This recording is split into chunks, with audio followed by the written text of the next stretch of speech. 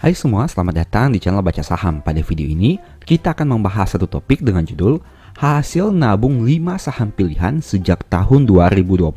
Profitnya beggar, tambahnya dividennya besar. Tapi seperti biasa, semua pembahasan ini bukan rekomendasi dan hanya informasi. Ingat, kerugian kamu tanggung sendiri ya. Nah, di tahun 2020, tepatnya pada tanggal 6 Juni tahun 2020, saya pernah membuat satu video dengan judul 5 saham pilihan untuk ditabung sepanjang tahun 2020. Tentu kamu sudah tahu di tahun 2020 terjadi krisis yang sangat luar biasa. Nah, apakah 5 saham pilihan yang ditabung di tahun 2020 itu memberikan keuntungan yang maksimal di tahun 2024 ini? Kita lihat saja pada video pembahasannya. Oke, sekarang mari kita simak dulu videonya seperti apa. Nah, sekarang mari kita masuk ke dalam videonya. Baca saham. Pada video ini kita akan bahas satu topik dengan judul 5 saham pilihan untuk ditabung sepanjang tahun 2020, mulai dari 60.000 per bulan. Untuk itu, simak video ini sampai habis ya. Nah, tahun 2020 kan krisis. Apakah istilah nabung saham itu masih dapat diterapkan? Menurut saya tentu. Malah, di saat seperti ini, semakin bagus untuk melakukan nabung saham. Karena harga sahamnya mengalami penurunan besar-besaran. Tapi harus diingat juga, tidak semua saham bisa ditabung. Ada yang jika ditabung bisa bikin kaya, ada yang jika ditabung malah bikin miskin. Selain itu, dalam menabung, Anda harus menggunakan money management yang baik, agar tabungan itu bisa maksimal dan bukan malah mengalami kerugian. Yuk simak pembahasan berikutnya. Sebelum menampilkan nama sahamnya, ada beberapa poin penting tentang nabung saham yang harus Anda ketahui. 1. Rutin melakukan pembelian saham perusahaan yang berfundamental baik. 2. Fokus untuk jangka panjang, dengan durasi lebih dari 5 tahun. 3. Dana yang ditempatkan merupakan uang dingin yang belum akan digunakan. Keempat, mencari saham yang bisa memberikan cash flow tahunan dalam bentuk dividen.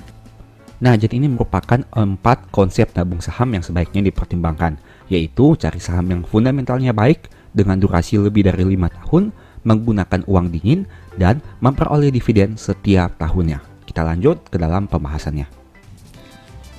Ada satu hal sederhana yang sering menjadi masalah pelaku pasar, yaitu tidak membedakan sudut pandang seorang trader dan penabung saham. Jika Anda bertujuan untuk nabung saham jangka panjang, jangan punya mindset dan mental seorang trader jangka pendek. Jika Anda bertujuan untuk menjadi trader jangka pendek, jangan mencari pembenaran untuk mengatakan tabung saham apabila nyangkut. Sebagai saran, apabila Anda ingin melakukan kedua hal tersebut, sebaiknya menggunakan 2 akun yang berbeda. Nah, saat ini kita akan masuk ke dalam list sahamnya. Namun seperti biasa, selalu disclaimer on ya, setiap keputusan dan risiko investasi ada di tangan Anda sendiri. Saham pertama, yaitu saham yang sempat membuat heboh karena penurunannya yang tajam, PT Bank Rakyat Indonesia atau BBRI. Saham ini berada di sekitar angka 3 ribuan untuk satu lembar, dapat dibeli dengan uang 300 ribuan. Kenapa saham BRI? 1. Net income-nya terbesar di Indonesia, tahun 2019 mampu menghasilkan 34,37 T. 2. Market cap kedua terbesar di Indonesia setelah BCA, jadi BRI merupakan salah satu saham penggerak IHSG juga. 3. Sudah turun lebih dari 35% dibanding harga tertingginya di 4.760. 4. Dividen yield sekitar 6%, di mana dengan dividen per share 168 per lembar. 5. Bagaimana jika bank ini bangkrut? Mungkin negara akan kebingungan, dan bisa jadi bank kecil lainnya sudah bangkrut terlebih dahulu. Nah, ini merupakan saham pertama yang dibahas di tahun 2020 adalah Bank Rakyat Indonesia. Pada saat itu, harga sahamnya sekitar 3 ribuan rupiah saja. Tentu, angka yang masih cukup rendah jika dibandingkan dengan harga di tahun 2024. Bahkan di tahun 2020, harga sahamnya sudah turun lebih dari 35% dari harga tertingginya. Dan mereka menawarkan dividen yield sekitar 6% dengan dividen per share 168 per lembar saham. Tentu hal ini menarik jika kita lihat di tahun 2024. Tapi bagaimana jika kita mulai melakukan pembelian di tahun 2020? Saat ini coba kita berimajinasi untuk situasi paling pesimis. Sekalipun harga sahamnya nggak naik-naik, dividennya nggak bertumbuh dalam jangka panjang, Anda sudah menghasilkan 60% dalam 10 tahun hanya dari dividen. Nah, ini merupakan salah satu konsep dividen investing yang bisa menjadi penghibur bagi teman-teman yang mengalami nyangkut yang berkepanjangan. Apabila teman-teman hanya berharap kepada dividen investing, maka dividen yang teman-teman terima setiap tahunnya bisa berpotensi memberikan keuntungan yang cukup lumayan daripada teman-teman hanya frustasi melihat capital loss atau floating loss yang terjadi di portofolio teman-teman. Nah, setelah lihat pembahasan tadi, apa yang menjadi keraguan Anda untuk saham ini? Tulis di kolom komen ya.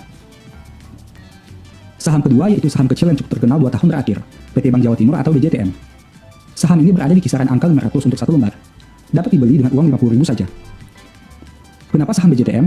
1. Net income terus bertumbuh dalam 6 tahun terakhir. Pada tahun 2019, net income-nya 1,75 T. 2. Valuasi PER kurang dari 10 kali dan PBV kurang dari 1 kali. 3. Sudah turun lebih dari 40% dibanding harga tertingginya 840. 4. Dividen yield sekitar 9% dengan DPS 48,2 per lembar. 5. Bagaimana jika bank ini bangkrut? Masa Jawa Timur nggak punya bank? Gaji PNS di sana mau ditempatkan ke bank apa dong?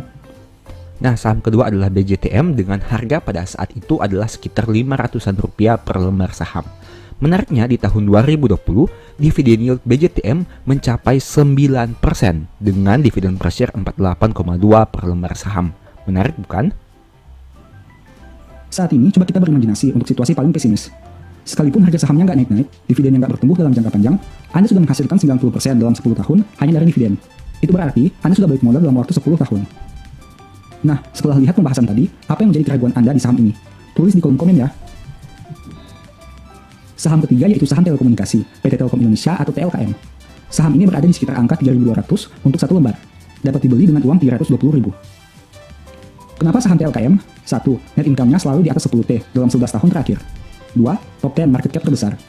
3. Sudah turun lebih dari 20% dibanding harga tertinggi di tahun 2020. 4. Dividen yield sekitar 6% dengan DPS 163 per lembar. 5. Bagaimana jika Telkom bangkrut? Masa mau kirim surat pakai merpati untuk komunikasi seperti zaman dulu? Nah, untuk saham ketiga adalah TLKM. Memang saham ini terkesan memiliki harga yang fluktuatif dalam beberapa tahun terakhir ini. Di tahun 2020, harganya sekitar 3.200-an. Tapi dividen yield-nya sekitar 6%. Apabila teman-teman membeli saham ini di tahun 2020 dan masih hold hingga saat ini, maka teman-teman sudah memperoleh dividen yang cukup memuaskan. Saat ini coba kita berimajinasi untuk situasi paling pesimis.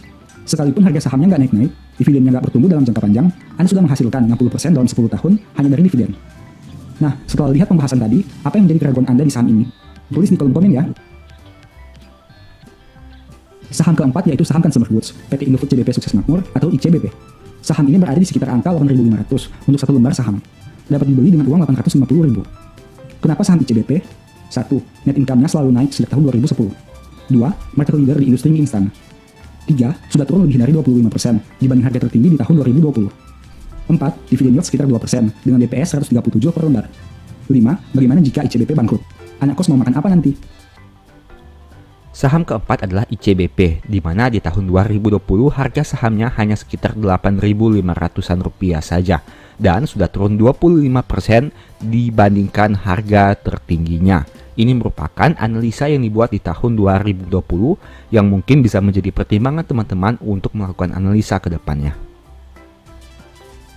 Saat ini coba kita berimajinasi untuk situasi paling pesimis. Dividennya memang tidak terlalu besar, hanya 2%. Dengan kata lain, 20% dalam 10 tahun jika tidak ada peningkatan. Tapi, apakah kamu pernah tidak makan Indomie dalam 1 tahun saja? Nah, setelah lihat pembahasan tadi, apa yang menjadi keraguan Anda di saham ini? Tulis di kolom komen ya. Saham kelima yaitu saham pertambangan PT Adaro Energi atau ADRO. Saham ini berada di sekitar angka 1.000 untuk satu lembar. Dapat dibeli dengan uang 100.000 rupiah. Kenapa saham ADRO? 1. Perusahaan tambang batubara dengan aset terbesar di Indonesia. 2. Valuasi PER dan PBV masih murah. 3. Sudah turun lebih dari 25% dibanding harga tertinggi di tahun 2020. 4. Dividen yield sekitar 10%. 5. Bagaimana jika ADRO bangkrut? Perusahaan tambang yang lain bagaimana? Mungkin sudah bangkrut duluan. Saat ini, coba kita... Nah, untuk saham kelima adalah ADRO. Saat video ini dibuat di tahun 2020, harga sahamnya adalah seribuan rupiah saja. Tentu harga sahamnya sangat murah jika dibandingkan dengan saat ini. Dividen yield di tahun 2020 sekitar 10%-an berdasarkan tahun buku 2019. Dan itu berarti jika dibandingkan dengan saat video ini dibuat, maka dividen yield yang teman-teman peroleh tentu jauh lebih besar. Ini merupakan salah satu pertimbangan saham ADRO di tahun 2020. 5. Bagaimana jika ADRO bangkrut? Perusahaan tambang yang lain bagaimana? Mungkin sudah bangkrut duluan. Kenapa saya berkata seperti itu di tahun 2020? Karena secara ekuitas, ADRO memiliki ekuitas terbesar untuk saham-saham di bidang batubara. Dan untuk net income-nya juga bisa dikatakan, ADRO ini merupakan salah satu perusahaan batubara yang memiliki net income paling besar. Bahkan saat video ini dibuat berdasarkan data Q3 tahun 2023, ADRO memiliki net income yang jauh lebih besar dibandingkan UNTR, PTBA maupun ITMG. Saat ini, coba kita berimajinasi untuk situasi paling pesimis. Sekalipun harga sahamnya nggak naik-naik, dividennya nggak bertumbuh dalam jangka panjang, Anda sudah balik modal dalam 10 tahun hanya dari dividen. Nah, setelah lihat pembahasan tadi, apa yang menjadi keraguan Anda di saham ini? Tulis di kolom komen ya. Ini merupakan salah satu poin plus dari saham-saham pertambangan, di mana mereka memberikan dividen yield yang besar, sehingga apabila teman-teman hold saham ini dan hanya mengharapkan keuntungan dari dividen, maka untuk potensi balik modal dari dividen membutuhkan waktu yang tidak terlalu lama jika dibandingkan dengan saham-saham lainnya seperti saham perbankan, saham consumer goods, saham telekomunikasi, dan lain sebagainya. Kesimpulan dari video ini adalah, ingat, konsep nabung saham itu fokus memperbesar jumlah kepemilikan suatu saham dalam jangka waktu panjang. Tidak memperdulikan naik turun harga saham jangka pendek, apalagi mendengar isu tentang masuk keluar bandar atau asing. Nah, ini merupakan salah satu fokus yang saya sampaikan di tahun 2020. Saat harga saham mengalami krisis atau penurunan yang sangat signifikan, maka kita tidak perlu memusingkan dalam jangka pendek harga sahamnya akan turun sejauh apa. Kita fokus saja memperbesar jumlah kepemilikan suatu saham dan diharapkan dalam jangka panjang saat harga sahamnya kembali normal akan memperoleh keuntungan yang maksimal. Baik itu dari sisi capital gain karena sudah membeli di harga bawah maupun dari sisi dividen karena memiliki jumlah lembar saham yang sangat banyak. Harga turun malah dibeli, kan untuk nabung. Mau asing masuk atau keluar, yang penting tabungan Anda terus bertambah. Dengan catatan, kondisi perusahaan baik-baik saja dan membeli di harga wajar. Nah, poin berikutnya yang harus digarisbawahi adalah kondisi perusahaan tetap baik-baik saja dan membeli di harga yang wajar. Itu artinya apabila terjadi penurunan harga saham tapi kondisi perusahaan semakin memburuk, misalnya hutangnya semakin membesar, mereka memiliki potensi tidak dapat membayar hutang, mereka memiliki manajemen yang berganti dan kemudian terlihat menjadi tidak bagus, dan lain sebagainya, teman-teman tidak boleh melanjutkan pembelian nabung saham itu, melainkan lebih baik menurut saya pribadi melakukan cut loss. Karena untuk konsep nabung saham ini kita hanya fokus kepada saham-saham perusahaan yang kinerjanya terus bertumbuh dan tentunya diharapkan di masa depan dapat semakin lebih besar lagi. Perusahaan yang disebutkan di atas merupakan contoh perusahaan yang too big to fail. Jika Anda takut untuk menabung saham di perusahaan besar, berarti kesimpulannya, ya jangan menabung saham. Sebagai penutup, saya mau mengutip satu statement yang semoga bisa menjadi semangat bagi teman-teman ya. Nah, itu merupakan pembahasan singkat dari video yang saya buat di tahun 2020. Semoga dengan video itu kamu bisa memperoleh ide dan proyeksi ke depannya seperti apa. Bagaimana di tahun 2024, 2025, dan seterusnya. Apa yang teman-teman harus lakukan? Apakah teman-teman konsisten melakukan nabung saham untuk memperoleh dividen secara rutin? Ataukah teman-teman fokus untuk memperoleh capital gain dengan membeli di harga yang lebih murah dan menjual di harga yang lebih mahal? Itu merupakan keputusan yang bisa teman-teman tentukan sendiri, tergantung dari strategi dan gaya investasi atau trading kamu sendiri. Metode sederhana ternyata memberikan imbal hasil yang di atas rata-rata. Tidak perlu terlalu banyak analisa dan hanya fokus saja pada beberapa saham besar yang sudah terbukti bertumbuh. Contohnya seperti 5 saham yang tadi kita bahas, seperti BRI, seperti Telkom, seperti BJTM, ICBP maupun ADRO. Itu merupakan saham-saham yang berada pada sektor-sektor yang berbeda yang tentunya memiliki keunggulannya masing-masing. Dan tentu saja ini hanya pendapat pribadi, bisa saja benar, bisa juga salah. Kedepannya kita tidak tahu apakah 5 saham ini akan terus bertumbuh atau tidak. Untuk itu teman-teman harus mempertimbangkan segala konsekuensi risiko yang mungkin saja terjadi sebelum mengambil keputusan pembelian. Konsisten melakukan pemantauan kinerja keuangan perusahaan-perusahaan tersebut setiap triwulan, karena bisa saja saat ini kinerjanya baik dan belum tentu di bulan ke depan atau tahun ke depan kinerjanya akan tetap baik. Selain itu teman-teman bisa menikmati pembagian dividen setiap tahunnya dan potensi capital gain atau loss setiap tahun juga. Ini merupakan hal-hal yang teman-teman harus pertimbangkan saat melakukan pembelian saham. Strateginya tergantung teman-teman sendiri. Apakah ingin melakukan nabung saham dengan membeli secara rutin setiap periode atau melakukan lump sum dengan membeli nominal yang besar pada harga yang murah. Itu semua tergantung kepada teman-teman sendiri. Nah, sebagai informasi, kalau kamu mau belajar teknik nabung saham dengan lebih detail, mungkin ebook strategi nabung saham ini bisa menjadi referensi. Di sini terdapat beberapa pembahasan dan contoh kasus yang nyata terkait metode nabung saham. Demikianlah pembahasan pada video ini. Selalu ingat bahwa semua saham yang disebutkan bukan rekomendasi dan hanya informasi. Ingat, kerugian kamu tanggung sendiri ya. Di video berikutnya kamu ingin dibahas materi apa lagi? Tulis di kolom komentar ya. Sebagai informasi, channel YouTube Baca Saham sekarang ada 2. Yang pertama Baca Saham dan Baca Saham dari Note. Berikut ini beberapa list ebook baca saham. Pertama, Stock for Living. Kedua, Strategi Nabung Saham. Ketiga, The Stock Market. Dan yang keempat, Cara Cepat Analisa Laporan Keuangan. Apabila tertarik, chat saja pada nomor WA yang ada. Sekian video ini, semoga bermanfaat. Thank you.